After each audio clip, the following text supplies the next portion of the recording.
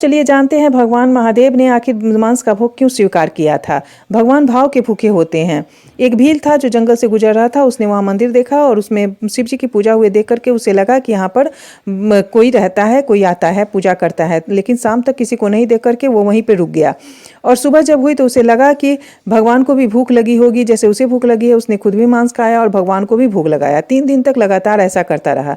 जब एक पंडित जी जो थे, जो वहाँ पूजा करने आते थे, उन्होंने सोचा कि आखिर ये कौन कर रहा है, पता लगाना चाहिए।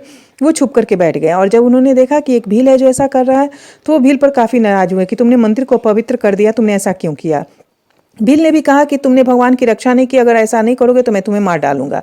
महादेव ने झगड़े को बढ़ते देख करके उपस्थित हुए तो ब्राह्मण ने कहा कि महादेव, आपने मुझे तो दर्शन नहीं दिए, लेकिन इस भील को दर्शन दिया और मांस का भोग स्वीकार किया। भगवान ने कहा, मैं मांस का नहीं, मैं तो सिर्फ भाव का भोग स्वीकार कर रहा था। अब इस भील के मैंने भाव को ही स्वीकार किया है। जय श्री कृष्ण।